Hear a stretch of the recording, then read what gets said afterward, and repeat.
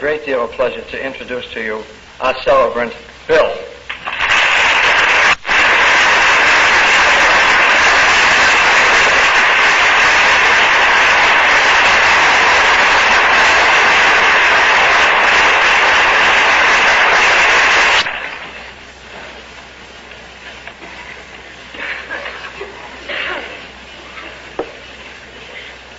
Dear friends, we have just heard moving stories about the cave that is alcoholism. Unlike Lee, I didn't live in my cave alone. Lois lived with me. But like everyone else's cave, it was an ever-darkening one. And one evening, in the summer of 32 years ago, the darkness became complete. Lois sat downstairs in Town's hospital. Good old Dr. Silkworth was talking to her, and he had to tell her that I had become possessed of an obsession that condemned me to go on drinking, and that this meant madness and death. Lying upstairs, I well knew what the sentence was. Now, we both knew.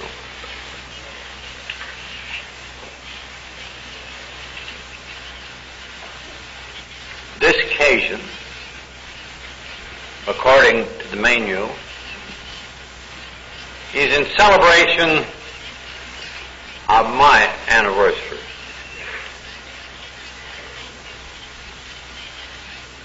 And so it is. But in my mind, and I know in yours, it is something which carries far deeper meanings than that. And let us look at some of these meanings as the story of the beginnings is recounted. And before the story begins, may I thank all of you for being with us here tonight. It is hard to believe that if we just count the drunks around the room, there is not 1/2 of 1% of our total membership with us. But in spirit, they are all here as we celebrate the vast miracle of regeneration that now encompasses the world, still broadening, and we trust forever deepening.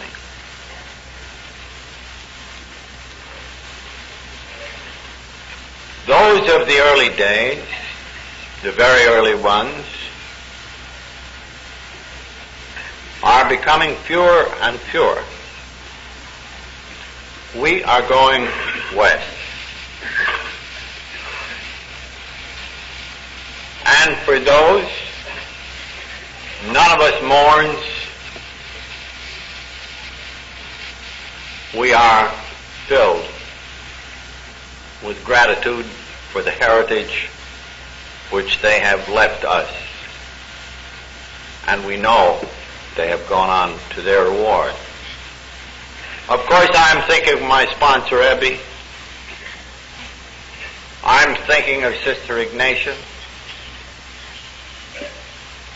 I'm thinking of Harry Tebow. And two of these, you see, are non-alcoholics who help so vastly to make this society what it is and may be.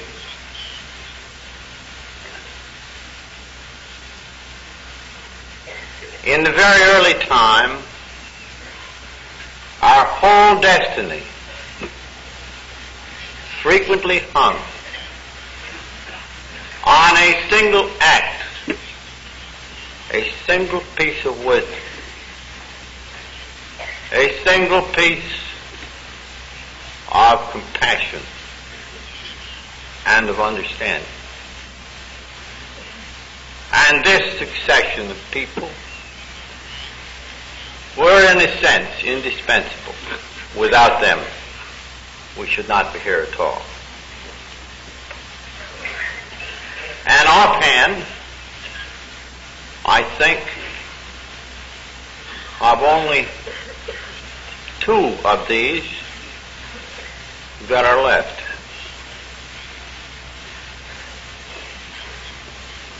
The one I will introduce now, and the other in the course of my little tale. Lois wishes to give you her thanks,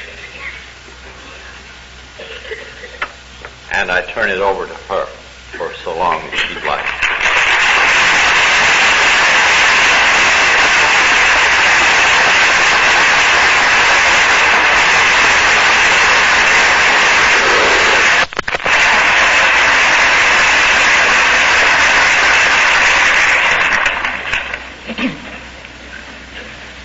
Good evening, everybody.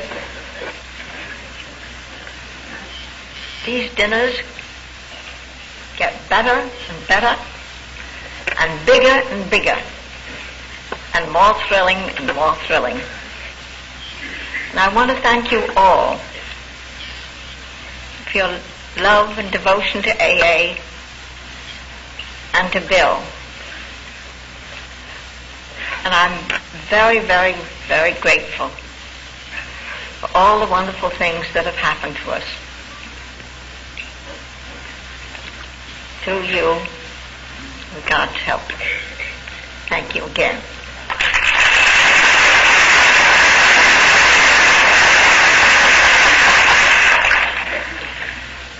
I thought I'd tell you just a little bit about Al-Anon. I know a number of you know about Al-Anon, but there are, I think, some that really don't know just what the Al-Anon Fellowship is. I think maybe some people have the idea that any of the family of alcoholics in AA are Al-Anon. But of course that isn't really so. There are many, many relatives, spouses, children of AAs that are in Al-Anon, but not necessarily all. In fact, Al-Anon now seems to be composed of more than 50%, I think, of the families of alcoholics who are not ready for AA, who are not in AA. And this is really I think, a wonderful development, because it gives the alcoholic so much better chance to get into AA when his family, particularly his mate, knows about Al-Anon and is in Al-Anon and stops putting the pressure on a husband that we all did before we knew about Al-Anon. Now, this fellowship of the families of alcoholics follows AA in every possible way we can. And the first step, just the way it is in AA, seems to be the door that opens up the rest of the steps. Unless you take the first step, the rest of them are merely words. You can't really live the rest of the program. Until a member of an alcoholic's family recognizes the fact that she is powerless over the problem of alcohol in her home, she really can't go any further. Really go any further. So the first step, just the way it is in AA, is of the very greatest importance. And of course that means there's so many secondary meanings beyond that thing. It means that you have to take your hands off the alcoholic's problem. You can do nothing about it. And that you will only confuse and make things worse if you continue the way you have been trying to manage the alcoholic's life, which most every mate tries to do, I believe, before they understand this principle. So the other steps are then opened up. And we try to take them just the way AA does. We try to follow all the principles in the same way. We're really just nothing but copycats. But we really have a terrific potential, because for every alcoholic, I believe there are something like 5 that are said to be affected by his alcoholism. So the limit to what Al-Anon is possible to accomplish is really endless. And of course the children are one of the biggest things.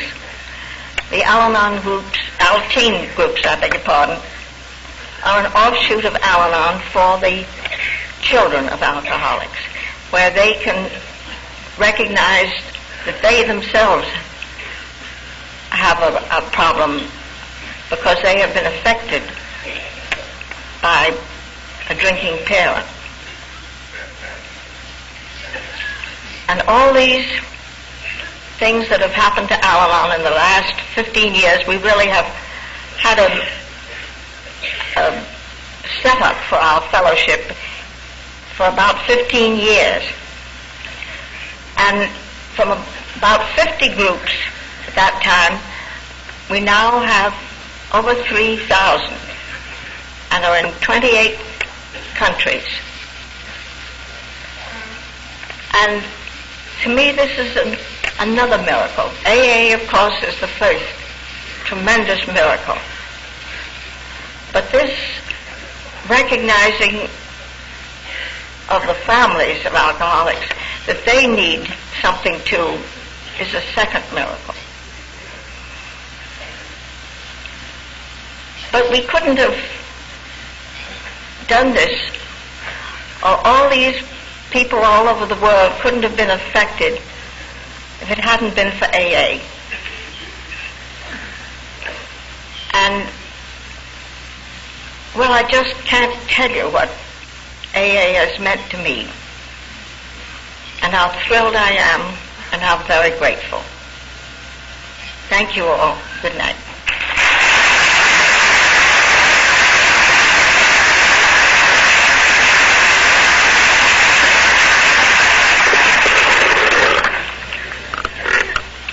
I cannot overemphasize the crucial importance of Al-Anon to our fellowship.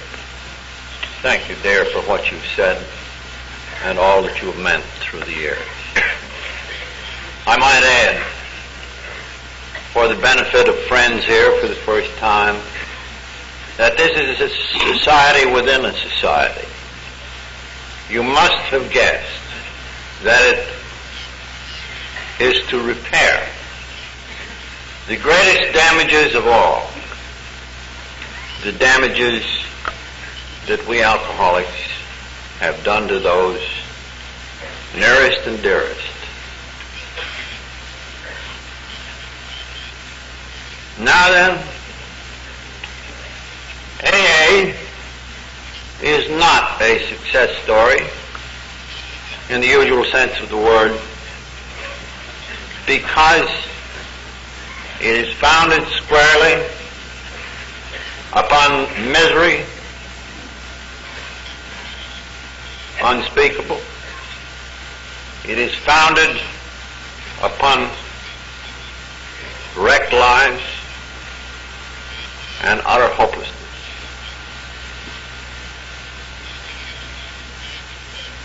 However,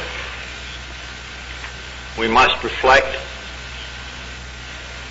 that misery and hopelessness will not of itself alleviate this strange malady, this odd insanity which has possessed us. And neither will wisdom alone do it. The essential ingredient which must activate the wisdom necessary and raise us out of our caves into a new light and a new freedom is, we know, God's love and grace. So we have grace and certain precious fragments brought to us by our friends of the wisdom of ages, and we have our kinship in this fellowship which has suffered and now stands in freedom. So, as my brief tale unfolds, let us search together for the deeper meanings of this occasion. It is a time for gratitude. It is a time for joy. It is a time, too, for humility. We must remember that only a small beginning has been made.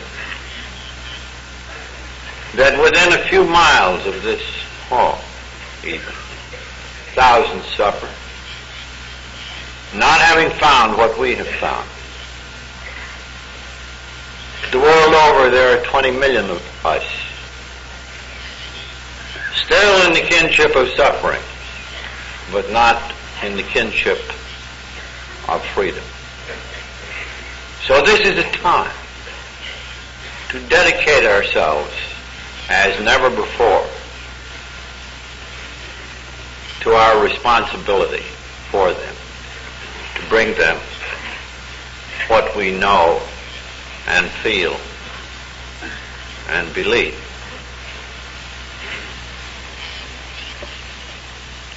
Story really begins in the office of a psychiatrist, a profession that we josh too much. It began in the office of Dr. Carl Jung, one of the founding fathers of that art.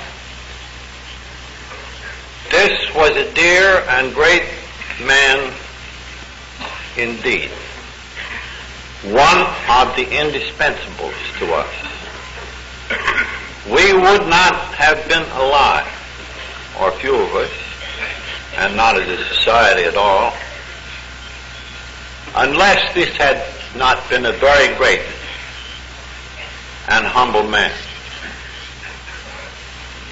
And unless the grace of God had been with him. An American businessman suffering alcoholism, having run the gamut of cures in this country, exhausted every resource, desperately wanted to get well, seeks him now. Spent a year with Dr. Carl. To his consternation, inside of a month after leaving, full of confidence, he returns, again broken on the wheel. And said he, "Doctor, you were my court of last resort."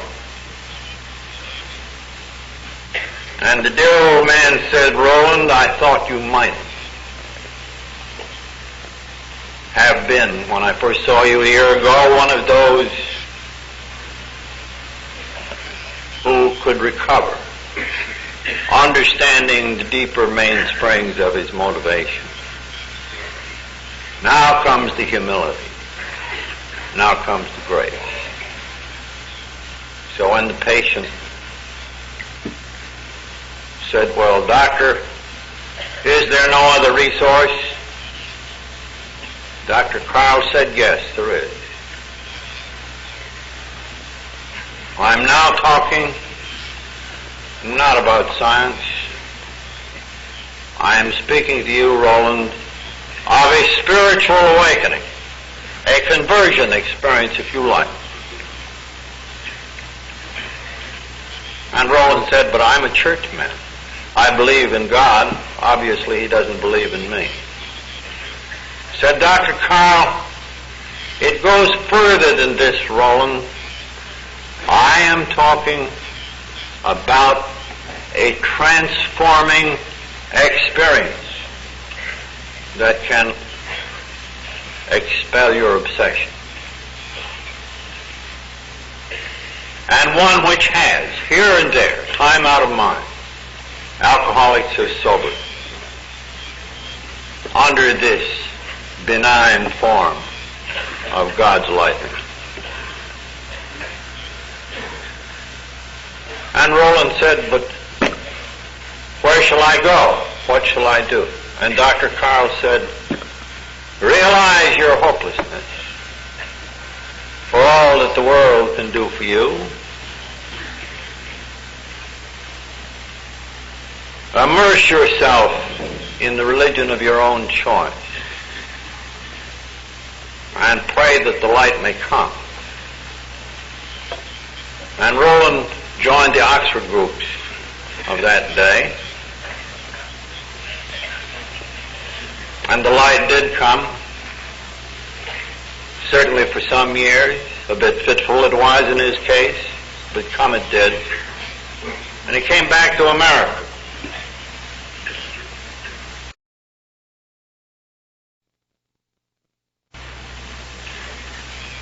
Soon afterward, being at his summer home in Bennington, Vermont, he came across my sponsor, Rebbe, the one I just mentioned. And Rebbe had been about to be committed for alcoholic insanity, so-called. The village fathers wanted him locked up because he'd rammed his father's fine new car into the side of a farmhouse, and well inside the kitchen, he looked out of the car window to see a woman cowering in the corner, terrified, and Ebby had said, "How about a cup of coffee?" So, now we have the spectacle of one alcoholic talking to another. One recovered alcoholic talking to another. And Ebby was brought to New York. And he was exposed to a few other alcoholics who had recovered in the Oxford groups under the guidance of Sam Shoemaker, our beloved rector. And then Ebby bethought himself of me. And not long before, the sentence had been passed that summer. And we had thought our cave had gone dark forever. So, Ebby, thinking of me, called up one day. I was in the kitchen half stewed. Lois was at work. And even over the phone, I could sense something different about it. Nevertheless, I thought, how wonderful. I'll get out some more grog. Ebby and I will talk about the good old days. Why did I say this?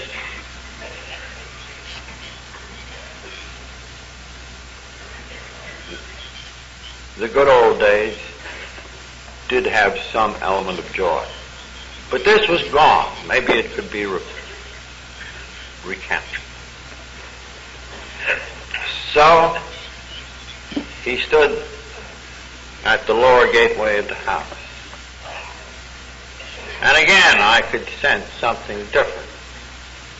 He didn't look like he was on the strain of riding the water wagon. He came in. He sat at the kitchen table. I offered him a drink. And with a little smile, he said, "Well, I'm not drinking today." And I said, "Well, what's the matter? What's got into you?" And I was bitterly disappointed. And many times more disappointed when he blandly announced to me, "I've got religion." Well, I was trained to be wise in science, and this was a dreadful blow.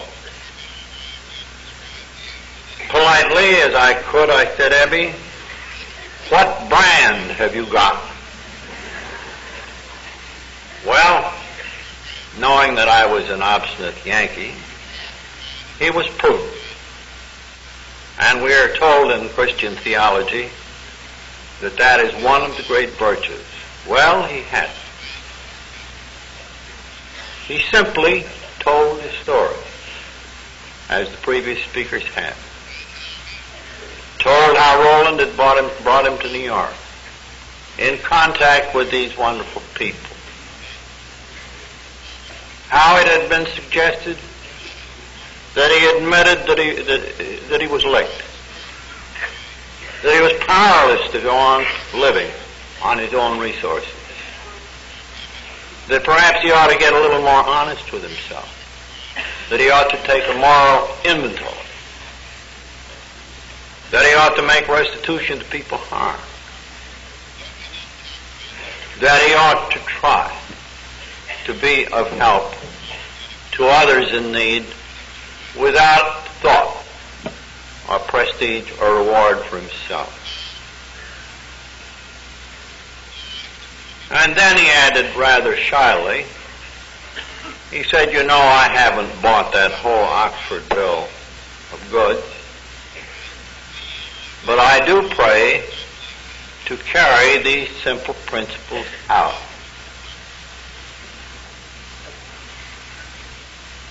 Well, I was never the same man again, because he had spoken to me at depth. He had not brought any new ideas, but he was in the kinship of suffering. And now he seemed to be free, released, as he said. And I knew this was something different. So I asked him some more questions. He was very careful not to try to evangelize me. He knew I wouldn't take it. He just told his story and left. The drinking went on, but in no waking hour could I forget the face of Ebby across that kitchen table. I thought to myself, what a ghastly dilemma he's put me into. Here, one of my gods of science, in the person of the great Dr. Jung, had said that nothing could be done through his art. And here was dear Dr. Silkworth, who had been obliged to pass on me the same sentence. So I was a condemned man. And it wasn't just a question of getting honest with myself and making some restitution and trying to be nice to some other people. No, I knew there was more than that. Somehow there had to be faith in some higher power, be it a he, a she, or an it. And this I didn't have, nor could I conceive of having. But as the drinking went on, the pressure of the dilemma mounted. And finally I found myself on the way to the hospital. I thought, well, I was half drunk when he told me this. I'll go and sober up and see how it looks. After all, he was sober. And his sobriety had a new quality, not the water wagon business. I'll go up and have good old Dr. Silkworth clean me up. So I walked up quite ahead of time, so far as DTs were concerned. I came in waving a bottle. And this dear old man looked at me as I shouted, "This time I've got something." And his face fell because he loved me. In fact, in our annals, he will be known as the little man who loved drunks. In his lifetime, I think he saw some 40,000 of them. And after AA, 15 of these he saw get well, 15,000. So he said, "Well, Bill, you better go to bed." So I did. 3 days later, I was free of sedative or any tapering off juice. And all of a sudden, Nebby stands in the door. And I thought, well, this is the day he's going to evangelize. But no, he didn't.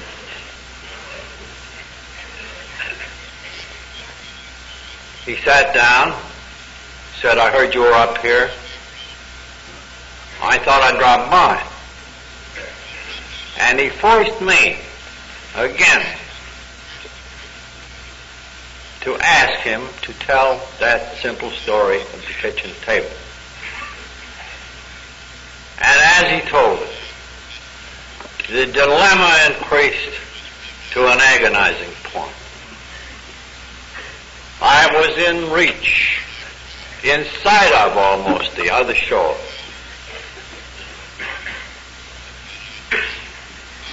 And I could not get across because I couldn't believe. And when he was gone, my depression deepened. It was indescribable. I became as nothing. And like a small child crying in the dark, I found myself exclaiming, "If there is a God, will he show himself?" It was not a challenge this time. It was a plea. And instantly this place lit up.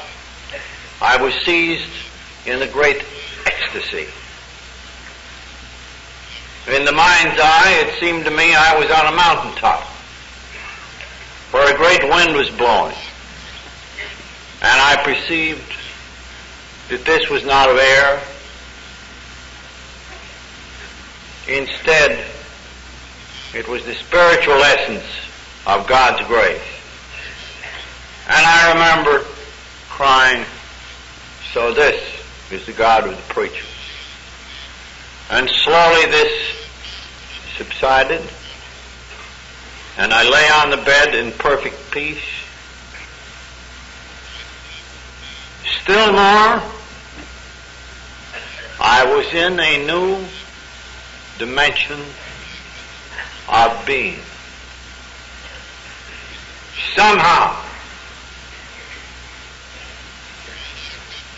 despite the woes of the world, everything was all right. I felt suffused by this Spirit. So I lay there. But little by little, the so-called wisdom of my scientific training came back, and it said to me, listen, boy, you're hallucinating. Better get the doctor. So he came. He was not a great man in medicine.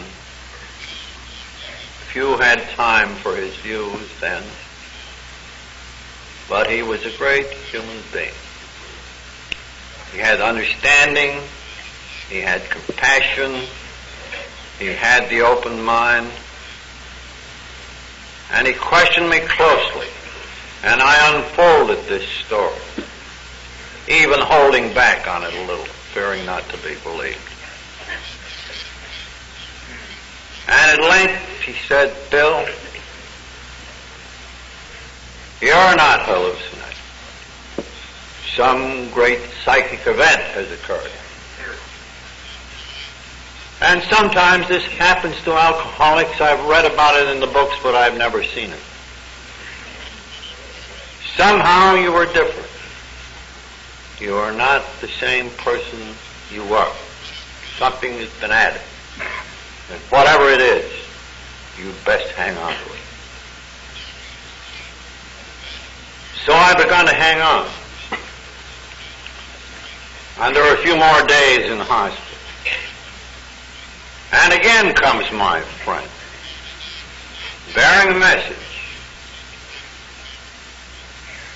from another great man, then long in his grave. It was William James.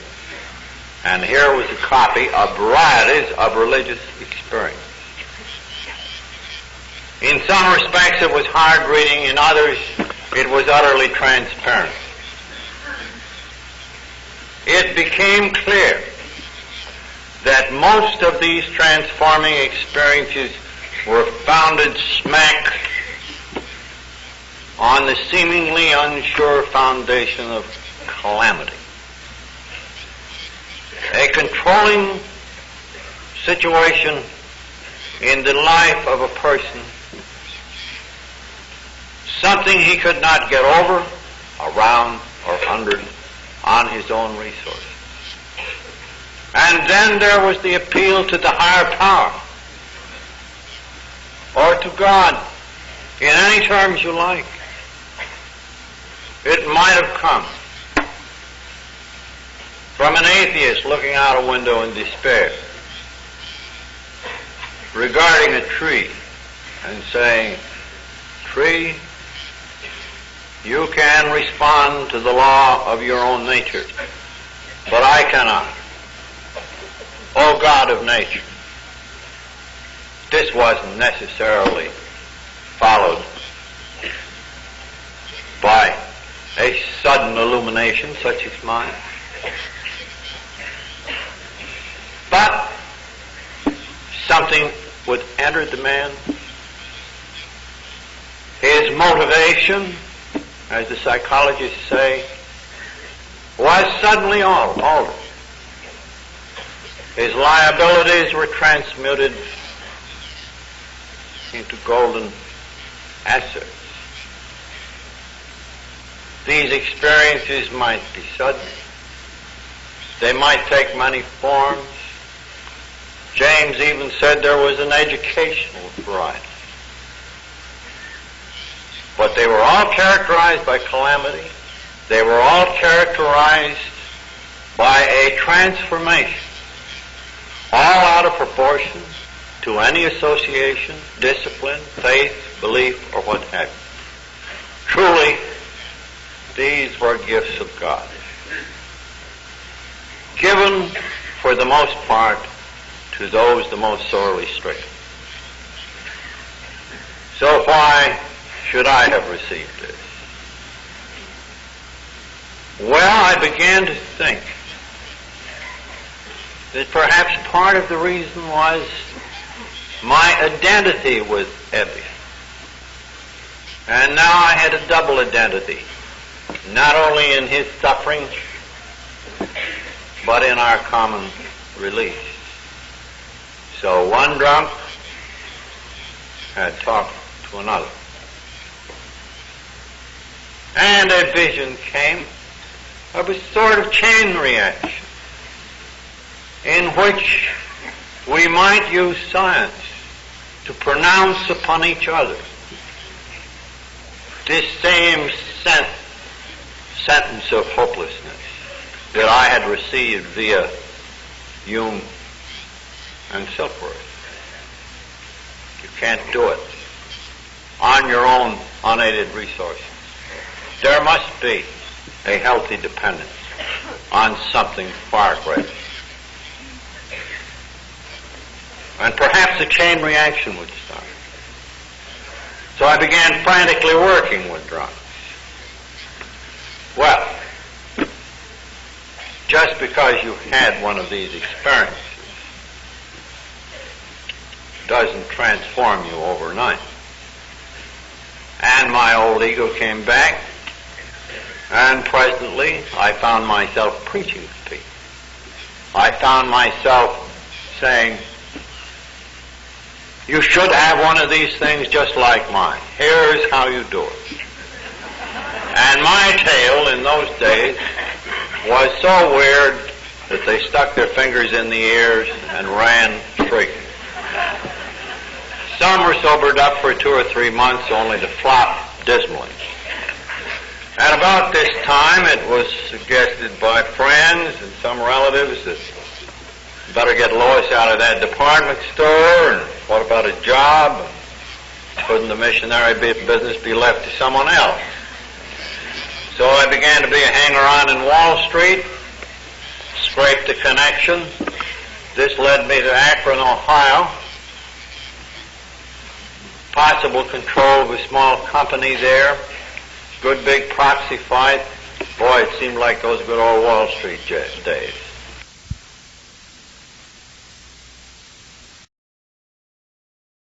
Abandoned the drugs, but I thought I'd get rich first. Well, I got out there, and things turned out very badly. More calamity, if you like. Oh, what a healthy thing this can be. Until, again, I'm near to despair. I'm alone in the Mayflower Hotel in Akron. And for the first time in 6 months, the thought of a drink came back. And I walked up and down the bar room at one end. At the other end of the lobby, a church director. And as I paced back and forth, I found myself looking absently at it. And then the thought came, well, maybe some of these Oxford groupers are around here. I'll call up this preacher. Name was Walter Tunks. It was odd. Maybe that would be good. So I called him. I explained that I was a drunk from New York who needed another drunk to work on. Well, the good man had seen lots of drunks, evidently, and, one at a time seemed to be enough. But nevertheless, he did catch on. God bless him. And he gave me a list of people. And I telephoned them. And they would see me in church Sunday. Or they were just going out of town.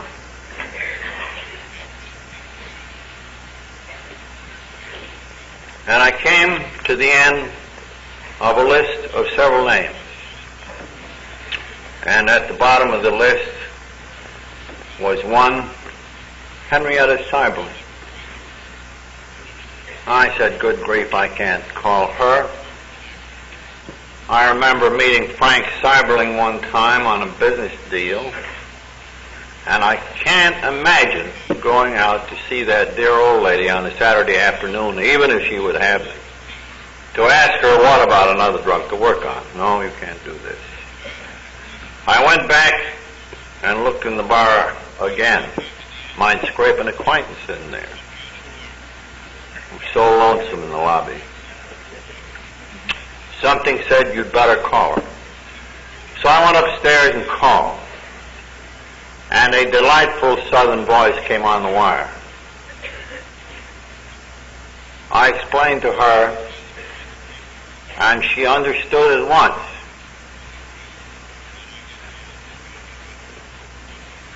She wasn't a drunk, she said, but she had had some experience in suffering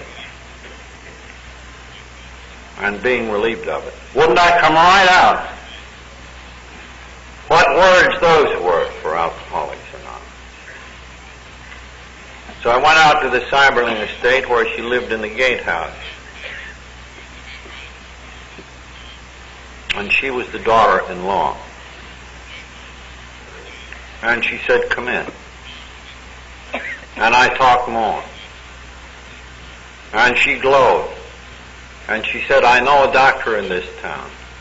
Lots of us in the groups have been trying to help him, the Oxford groups. We know he wants to stop. His wife is a semi-invalid. The kids are going to the devil.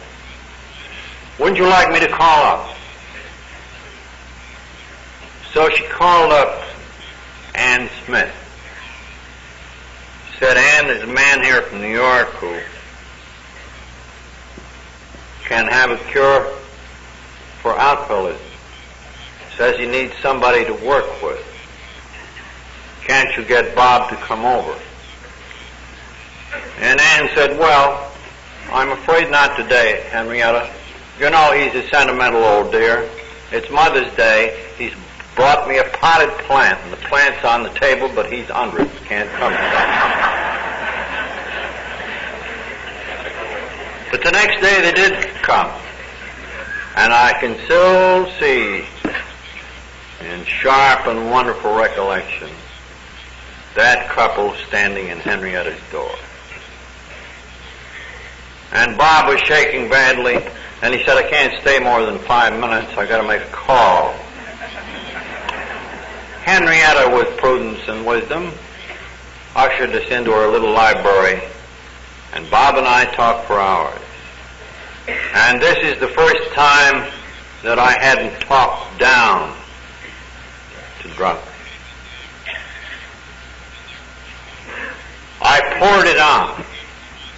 How Silkworth had said this is an obsession that condemns us to drink, an allergy that harms us so that we shall presently be mad or die.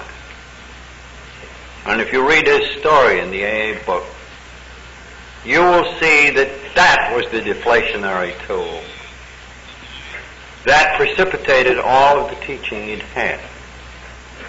And that was a great deal of religious teaching. And Henrietta was one of the teachers. I merely came along and pulled the plug. So Ann, to play it safe, invited me over to their house. But before we go any further, I want you to meet Henrietta, our dear friend who cared enough. Henrietta.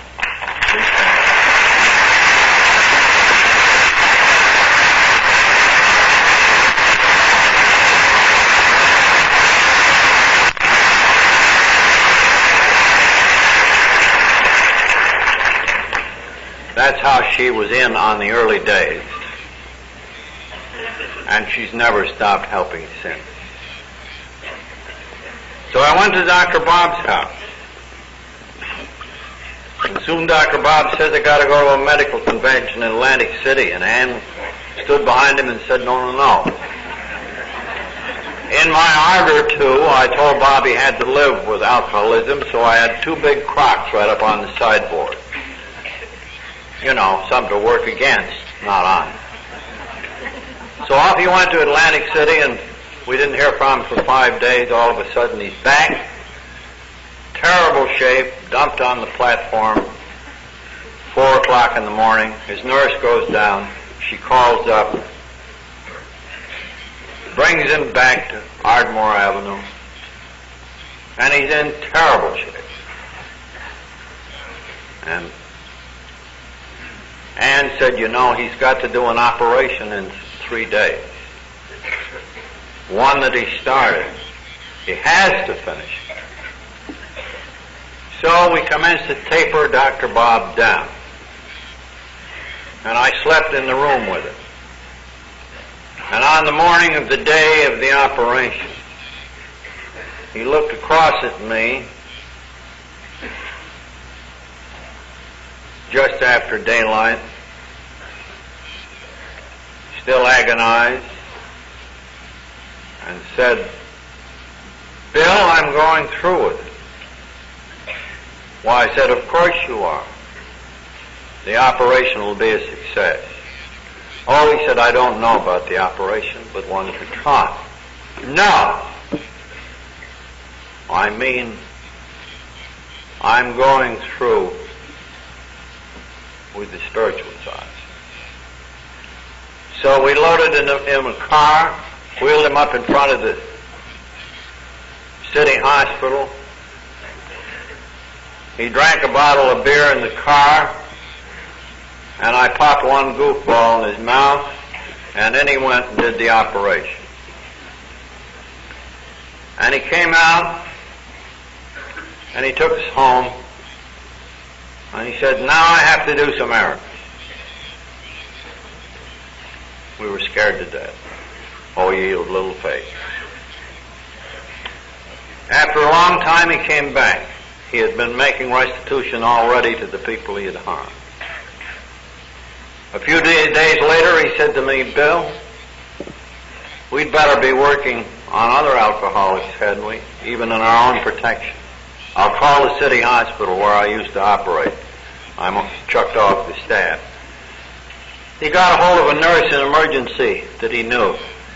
Said there was a guy here from New York who had a great booze cure and we'd like to try it out. The nurse said, I hope you tried it yourself, doctor. Well, she said, I got a dandy. Been here 5 times in 4 months. 6 times, I guess it was.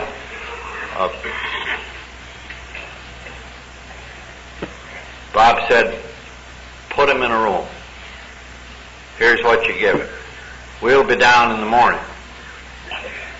So we came at the morning and looked upon this chap on the bed, and he was a very sorry sight. And we told him the story.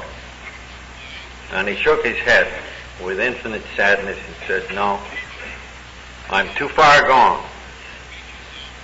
This isn't for me. Besides, I'm a religious man. It's nice of you to come. And as we turned to go, he said, but you'll come back and see me again, won't you? So we came on the morrow,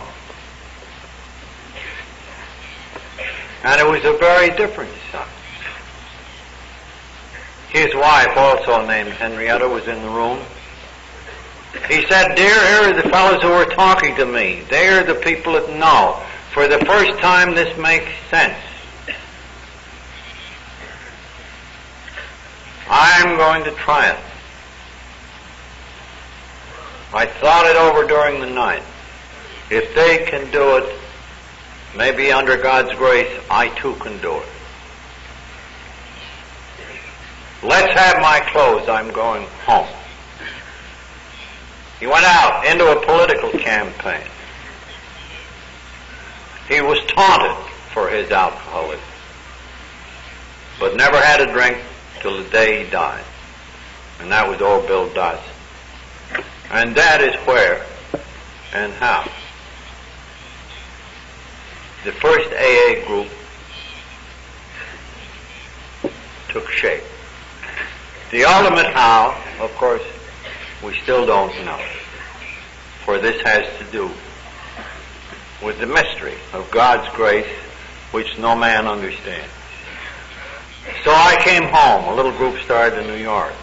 People from Cleveland began to come to Bob's meeting in Akron. A while later, he meets Ignatius. And between 1940 and 50, those two ministered to 5,000 alcoholics. After Bob's death, she to 10 more in Cleveland. 10,000 more.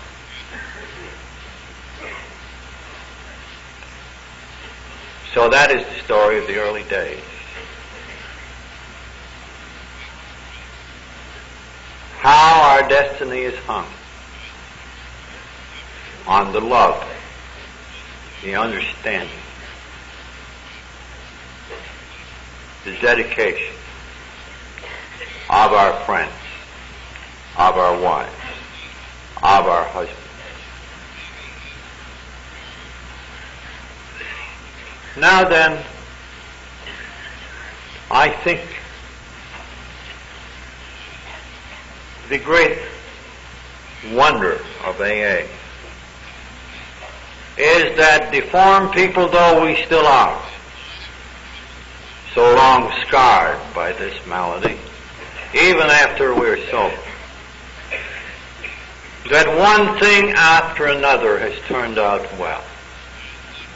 The AA book itself was an example of this. Dr. Bob sobered in 35, and 4 years later, after terrible travail, we came out with this book. And in that activity, we saw people at their very worst, except for drinking. And we also saw them at their most magnificent best under God's grace. I can remember, and I was on the worst side of the equation, maybe the good, I hope so. I can remember we had 4 chapters done after immense arguments.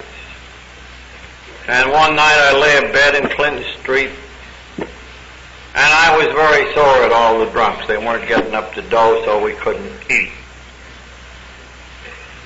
And yet this thing had to be done. And I was stuck in the writing, and there were 4 chapters finished after furious debates. And I said, well, I got to put down what the book really is going to say. And then I thought of my teaching via Ebby and of the Word of Mouth program that had sprung up, about 6 steps. So I said, well, let's have some more steps so they can't wiggle out between. And I started writing, and they added up to 12. And I said, well, this looks better. And then a couple of friends came in, and they tore the steps all apart.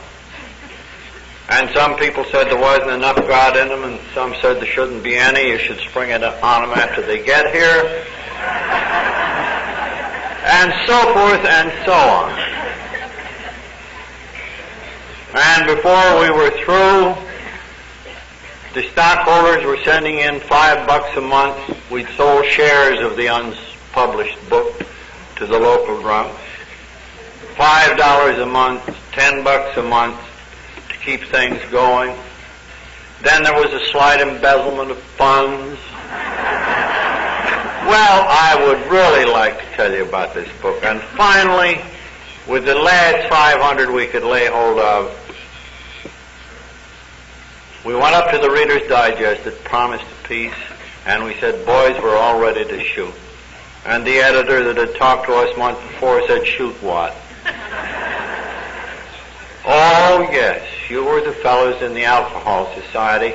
We were going to do this piece and mention your new book, but we changed our mind after discussions and we forgot to tell you. And the collapse was very great. We lost the house. The printer, dear man, almost took the book, but withheld. We went into a terrific promotion piece. One of the drunks got on the radio with Gabriel Heater. We put out a shower of 20,000 postal cards to all the doctors east of the Mississippi River saying, buy the book Alcoholics Anonymous, short cure for alcoholism, $3.50. Listen to Heater. We locked the guy up so he wouldn't get drunk. He appeared on Heater's program. The market in AA had gone because all the people who wrote stories had got a free book, and all those who had bought stock, they got a free book. But now we could see the books going out in carloads. And we went down to the post office after waiting a few days, and we looked in the box, and you could see a few postal cards in there. And my friend, who had helped me so, Hank Parker, always the optimist, said, my God, they couldn't get them in the box, Bill. There must be mailbags full.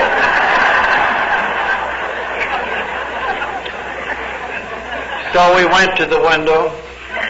The clerk handed us an even dozen postal cards. 10 of them were from doctors drunk, so much so they couldn't write, berating us.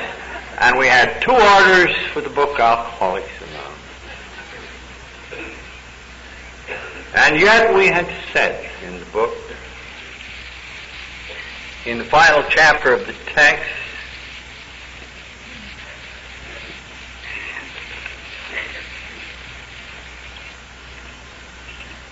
having learned some humility by this time, we modestly said, our hope is that when this chip of a book is launched on the world tide of alcoholism, defeated drinkers will seize upon it to follow its suggestions. Many, we are sure, will rise to their feet and march on.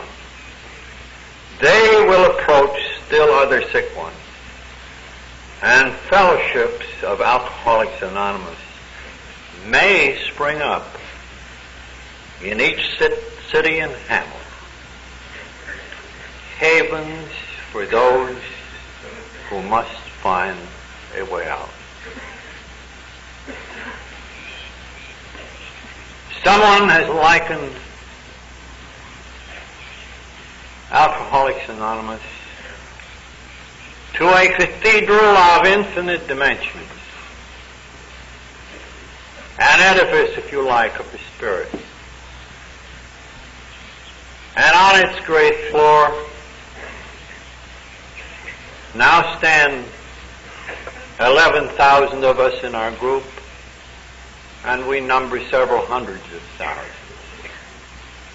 And we are in peace with each other and with the world. And the side walls of this cathedral are buttressed by the 12 traditions of AA, the basis of living and working together, of functioning, of relating ourselves to the stricken world that now surrounds us. And the spire, the beckoning spire, symbolizes service, and its beacon shines out. And upon this, the sun never sets.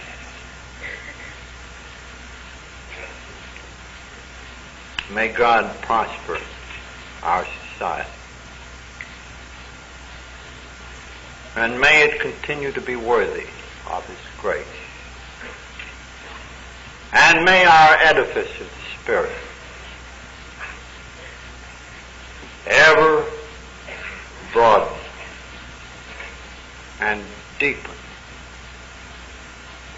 in its inclusion of our brothers and sisters who still suffer alcoholism.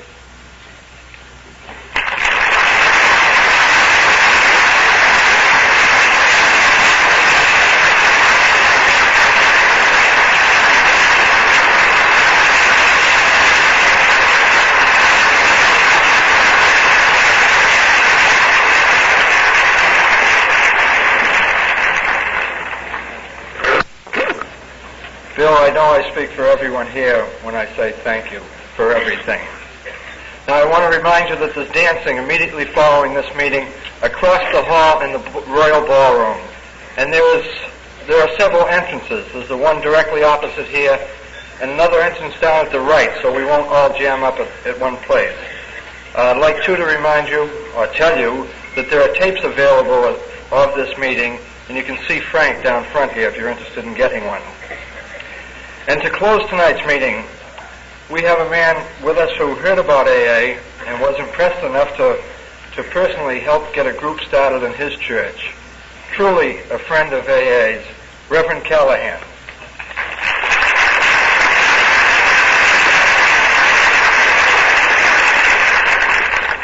Would you please stand for the closing prayer? Let us pray. O Lord our God, in whom we live and move and have our very being, and from whom we are very restless until we find our peace and sobriety in Thee, we stand in silence to give Thee thanks. We praise Thy name, O God, for Bill and for Lois, for these two who, in the words of Dr. Sam, have become intoxicated with the power of a living and resurrected God. Continue to be with us and strengthen us, O God, that we may live one day at a time. And grant us also the petition of Bill's heart. O God, may we prosper in the days to come, and may we be blessed by the grace of God forever. In the name of the one who has taught us when we pray together to say, Our Father, who art in heaven, hallowed be Thy name. Thy kingdom come, Thy will be done, on earth as it is in heaven. Give us this day our daily bread, and forgive us our trespasses, as we forgive those who trespass against us. And lead us not into temptation, but deliver us from evil. For Thine is the kingdom, and the power, and the glory, forever and ever. Amen.